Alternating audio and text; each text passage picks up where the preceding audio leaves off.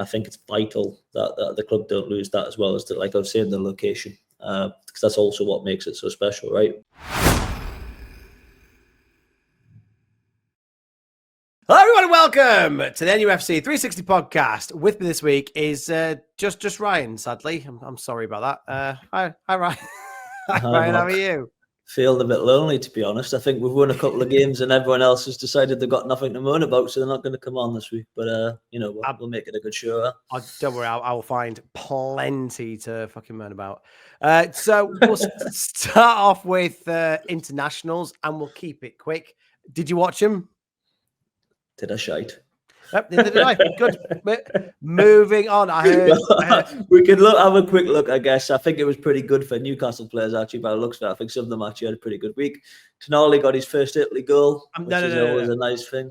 I'm sick to goddamn death of that boy pissing off, eating his pasta, and on his little gondola, and then scoring, passing, being a monster, and then coming back to us and be like, I don't know what he's got to get on. He's got to get on the pitch first, doesn't he? But yeah, no, I mean, good for him, I guess. And then, yeah, we saw the three lads obviously play for England, which was obviously a nice sight. I didn't watch the game, but to see three Newcastle players obviously all playing for England in the starting 11 is a good sign, and it shows that we're moving in the right direction. Because I mean that hasn't happened for a long, long time.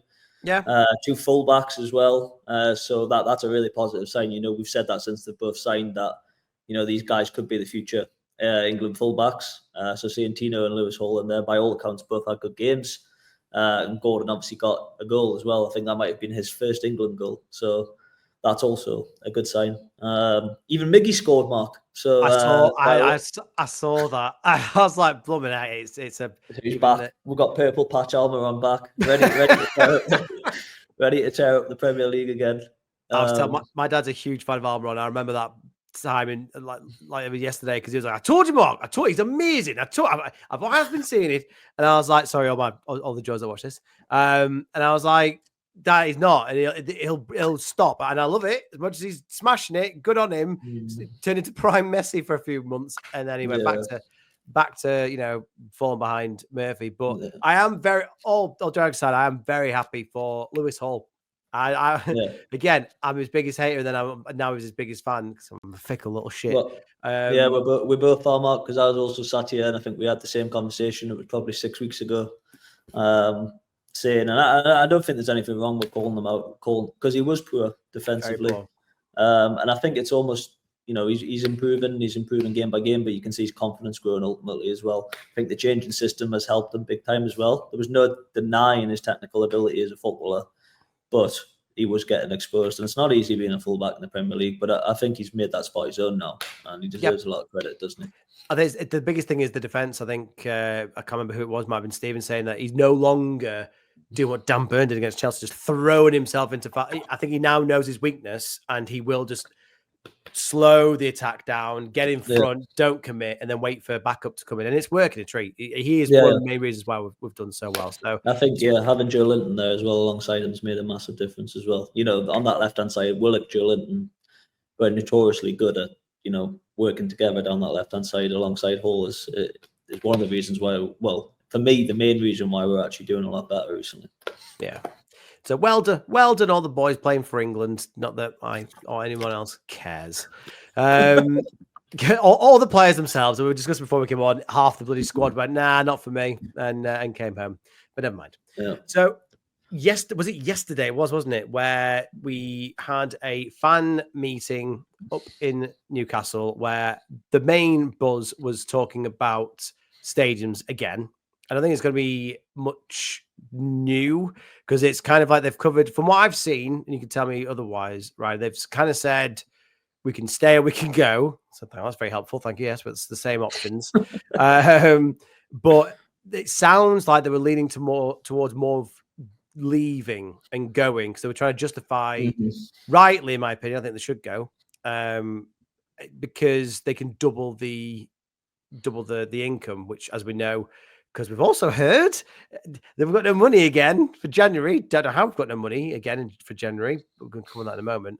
Do you think they're closer to making a decision? Do you think that maybe still trying to test the waters with the fan base? Where do you think this is? I think it's almost feels like it's being drip fed, isn't it? Little by little, just little snippets. And I think they're actually probably quite cleverly doing it in the way that they're managing to keep feeding this information, and it seems to keep bringing more fans on side towards the new stadium. I think, by all accounts, I think they're still saying it's going to be February, March by the time they've come out with this report, I guess, or whatever it is, a final decision on what they're going to do. But what we are starting to see, and I think we're even seeing it, I don't know if the club's speaking to local press or whatever, but there seems to be a bit of a shift in mindset. You seem to have a lot more the local journalists, kind of leaning towards that new stadium as well. And to be honest, they've probably convinced myself a little bit as well, because I I've had a lot of hard think about it, and we do have, of course, that value, that sentimental value, I guess, attached to St James's Park. In terms of it, it is a good stadium. It's a stadium that the fans love, and it's a stadium that's hard to play in. But I guess there is that idea of moving to a new stadium, which ultimately helps the club move to the next level. And I think St James's Park, whatever way you look at it, it needs a rebuild, or at least a bit of a modernisation in terms of look at some of the stadiums out there in the Premier League now. And that's just the way football's going, isn't it? I think a lot of clubs now are building new stadiums, and I think if Newcastle want to keep up and ultimately give more fans chances to attend games as well, that's a big thing. It's hard to get a seat in Newcastle, so you would hope with a bit more capacity that a lot of these fans that are struggling to get tickets would be able to go to the games. Yeah, I mean, I might finally be able to see the team. I'm Simpsons takeover, unless I want to pay like 300 quid for a ticket. Do you think people would, without, let's just say PSR didn't exist and we lived in a normal world with normal rules, do you think the sentiment would be a lot closer to staying? Because I think a lot of fans are maybe doing what I'm doing and going, yeah, love St James's. People hate coming there. We've got a great home record because of our very unique fan base and atmosphere. You get a lot of these older players like Foster and whatnot on their podcast going, yeah, Newcastle was just a scary place to be or a brilliant place to play. Do you think if that was gone, do you think so we could spend what we wanted, it didn't matter where we were? Do you think the fans would probably want to stay more than leave? Do you think the PSR is pushing fans to kind of logically go, if it doubles our income, ergo doubles our playing power, that's a good thing for us? Yeah. I think it's purely being driven. And again, I think that's the problem for me. I think I would have rather seen the stadium come off the back of actually, we're doing well on the pitch, which we have been doing, of course. But if we had the money to be able to go out there and buy the players that we wanted to buy, if it was actually, look, we're getting to a point now where, we're becoming this elite club, and to become this elite club, we need to take that next step. I think a lot more people would agree with that, rather than the way it's going right now, which feels like it's more just to try and generate more revenue to get around these financial fair play rules, which are holding Newcastle back. So, what was that face for? Is that because of the mention? Just love the FFP. rules. Just love the but yeah, exactly. I think I don't think there would be that shift in mindset towards a new stadium right now if we would facing these FFP restrictions, to be honest with you. And yeah, I think it's a bit of a shame ultimately. But I do agree that maybe it is time to move on and go towards a new stadium. But I think the club has to remember and not forget what makes St James's Park special when they are building this new stadium. So things like location, atmosphere. No one wants to see it become this soulless commercial bull that prices fans out of the ground because they've got 20,000 corporate seats or whatever. And ultimately, what makes St James's Park such a hard place to go and play is the atmosphere, is that feeling, that intenseness that the crowd able to help the players generate on the pitch. And I think it's vital that the club don't lose that, as well as like I was saying, the location, because that's also what makes it so special, right? Not just for home fans. Away fans love coming up here and love being in and amongst the city and the pubs around the ground and everything like that. So yeah, I think it's a tough decision. It is, but it sounds like we'll get a decision this season at some point, probably towards the back end. As you say, the drip feeding of news.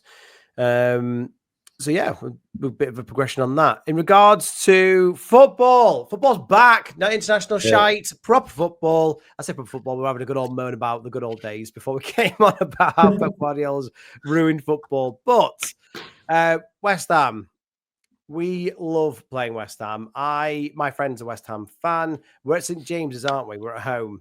Yeah, I was about to ask whether we're going to absolutely batter them. We're going to absolutely bum them.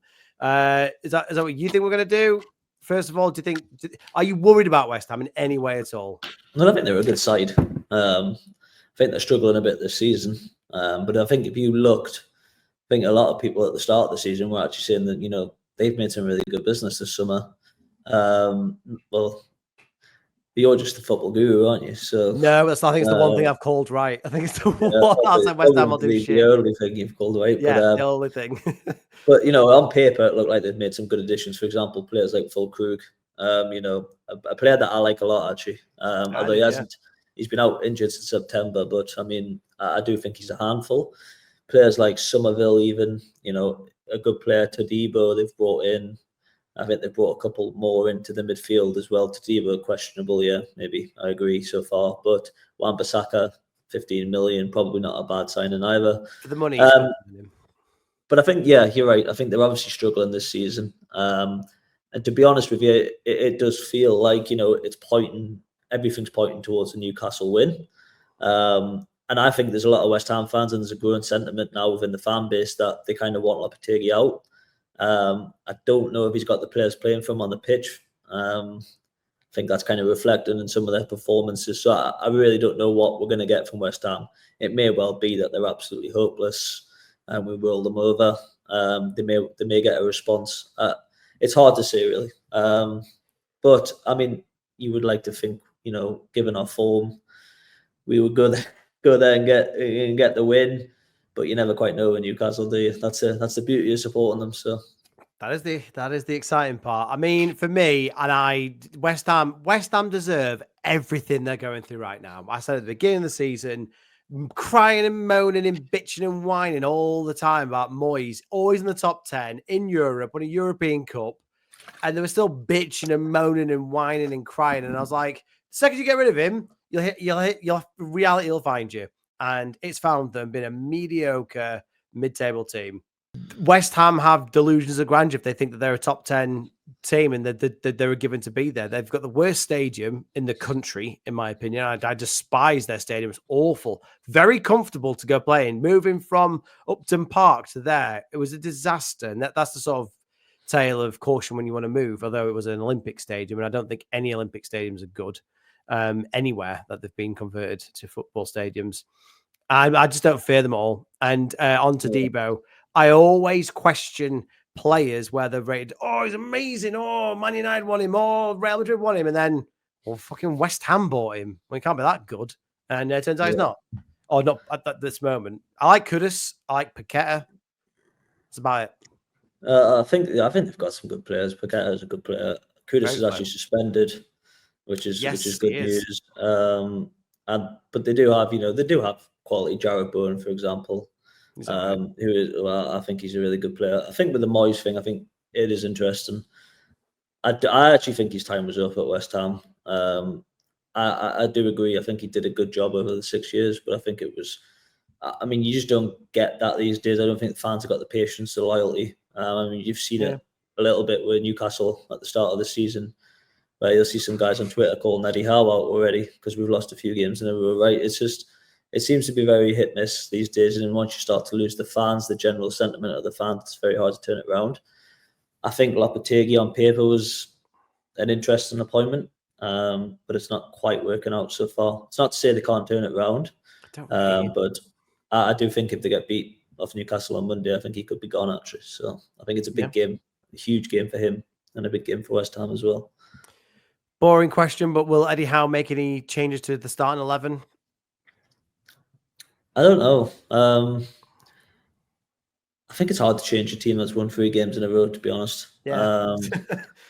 Sean's and I understand people will still call him for Tonali to come into the team and whatever, but the balance has been there in the last 2 games, especially. with Longstaff, Willock and Bruno in the midfield, Joe Linton coming off the left, and then Gordon has done more than adequate job on the right and much better than what Murphy or Almiron's going to give you, that's for certain. I mean, we are limiting his strengths in a way, but I think it's worth it to get Joe Linton back on that left-hand side because I think that's his best position on the pitch. And I think we just looked a bit more defensively solid as well. So, you saw it against Chelsea, players like Lloyd Kelly throwing themselves in front of the ball. And that is one change, actually, that's going to have to be made because I believe Dan Burns actually suspended. So I'm interested to see that because Lloyd Kelly has got some legs. He's got some good pace on him. Yeah, and I think he played very well against Chelsea, actually. So it's a big chance for him because I think, he probably admit himself, he probably hasn't done as well as he would have liked in the first 2-3 months at Newcastle. He's hardly got you out the edge of his seat, has he? He's been solid but unspectacular, let's call it that. And I think Lewis Hall's kind of taken that left back slot and made it his own now. So it's where does I think Kelly's a centre back anyway, but I think he was bought purely because of that utilityness as well. The fact that he can slot in at left back and give you that option there if needed. But I think it's a big game for him.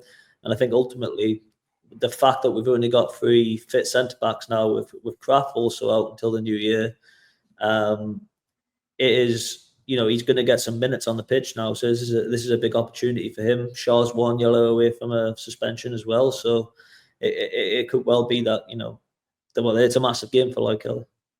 But I think that would be the only change for me. I wouldn't change anything else. I'm hoping we may get a few more options back on the bench. Trippier maybe might make the bench. Callum Wilson, probably not. But I mean, who knows what he's doing? Glue I haven't factory. seen him in 6 months. Yep. They said that they were going to leave him. He had that setback till after the international break, but he didn't go away with the team to Saudi Arabia. So God knows what he's doing. It would be good to have him back because, again, I think although we're only playing once a week now, we do have like 6 games in the next 26 days or so, 4 games in the next 12 days as well. And we've seen it in the past. Isak's just went and done 180 minutes over the international break. He's then going to come back in and have to do another 360 minutes. He's done it 70 minutes every game. Exactly. So that is one concern. It would be nice for Callum Wilson to get back in and around the squad in the next couple of games because you don't want to enforce injuries on players like we've seen. And it seems like we can't keep them both fit at the same time, unfortunately. Osula, what are you talking about? Yeah, we have Osula, and it may well be that if we're in a position where we can afford to bring Isak off after he still doesn't, minutes. He still doesn't. And that's my biggest criticism because I do agree. If we've got a 2 or 3 goal lead, bang the kid on. He'll run. Is he anywhere? He can't lace Isak's boots at the minute, but he's got physicality, which in a Eddie Howe team brings you chances. 100%. Yeah. And I think there's obviously a reason Howe's not playing him. I don't necessarily buy I don't necessarily buy into the fact or buy into the idea of starting Osula in a Premier League game. He's not ready. No. Correct. I agree. But I do agree with you, Mark, that we saw it against Arsenal where Isak was absolutely blown after about 80 minutes. He was asking to come off. But what he does still give you, he can give you that moment of quality, Isak, when you sometimes need it. But I think, Osula might get a chance over the next coming weeks because we are playing West Ham on Monday, Palace on Saturday, and then Liverpool on the Wednesday. So we have got some pretty big. I do not want Liverpool. I do not want. My brother-in-law's a Liverpool fan, and we have a terrible record against Liverpool. Every time we play them, we do, yeah. Eddie Howe especially, which has been awful against Liverpool. Yeah, I mean it's never an easy game.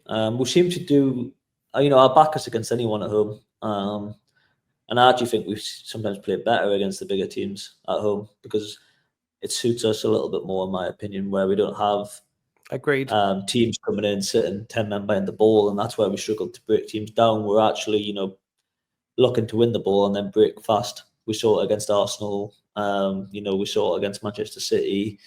Tottenham, we didn't play very well, but we still got that second goal from a counter attack. Spursy. They're very Spursy, but yeah, we'll see, I guess. But like I'm saying, there is a few. The fixtures are starting to come a little bit thick and fast. So it may well be that Howe might look to make a change or two coming up to this weekend. Tonali might come in for Bruno, for example, where Bruno's been travelling. I wouldn't mind that. Yeah. I mean, I love Bruno, but I think Tonali looks solid at the centre of midfield, what that we've been saying. Trouble is Bruno's got the legs, but he's a very clever player. It's a good problem to have. I mean, I'm moaning about Tonali, but it's a problem that we've not had for literally decades. That's what we want. That's what we wanted, right? We want to have them dilemmas of selection, because it shows that players are playing well, and the team's ultimately doing well. So I understand people want Tonali to come back into the team, but at the same time, Longstaff and Willock have both had two very good games in the last 2 games, alongside Bruno as well. Yep. So, why would you drop a player that's playing well? That's quite hard for me. Do you think there will be any changes this weekend apart from Lloyd Kelly coming in for Burn? No, it's the frustration of when we try and play our best players on paper, we don't do well. And I think that's an Eddie Howe problem. I think that's something that we need to fix. I feel like now we're kind of doing what we did 2 years ago of, we'll just get the system working in. Right. Okay, that's good. But now you should be able to integrate better players. Like Tonali objectively is a better player than Longstaff. But when Tonali's played with Longstaff he's not doing the basics, because that is what he is, a basic player, in doing that. So yeah, it's a problem. In my mind, it's a problem. It's a long-term problem. I think we could still get top 6, maybe better with how we're doing it now, because it's a bit of a wide open season, but it is an issue. But I wouldn't change the starting 11 as much as it annoys me. I don't think we're getting the best out of Gordon, but we're losing when we don't do this. So you'd be silly to change it, basically. Yeah. What would you say?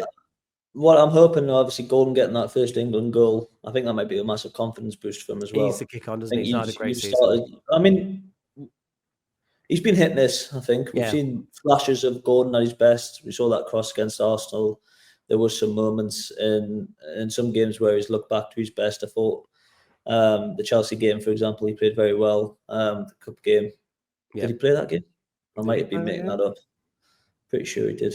Pretty sure he played on the right. But anyway, point aside, I think, I've lost my train of thought now. But yeah, Gordon, what I was going to say there was, I think it's obviously a very big period for us, these coming games, because I think the fixtures, if you look at the fixtures, they're starting to swing back into our favour again. We've taken points where we didn't expect to take points, and all of a sudden we're 1 point off third. Yep. We've got next 6 games against 5 teams in the bottom half, and then Liverpool. So, this is a chance for us to really kick on. And by the end of December, or by Christmas time, you could be in a really healthy position. So it's a massive run for us. And hopefully, winning against West Ham on Monday will be the kind of the kickstart for that. I'll be 4 wins in a row and be huge. We're gonna start a little thing here with the score predictions. But what's your score prediction for West Ham? I'm gonna go 2-1 Newcastle. Ooh, 4-0. 4-0. 4-0. Absolutely slap them. First goal scorer? Joelinton or Willock? I get 2. So unlikely. You can say Joelinton. Okay. I'll go Isak. Isak, first goal scorer. Continue that hot vein of form. If you've made it this far, guys, like, share, and subscribe. Please support the channel. Comment below. Score predictions for any of the matches. Probably Newcastle, though, let's be honest. And stick or twist on the stadium as well. Let us know below. It'd be nice to hear from anyone that's not Stephen's dad. Hello, Stephen's dad as well. But yeah, until next time, see you later.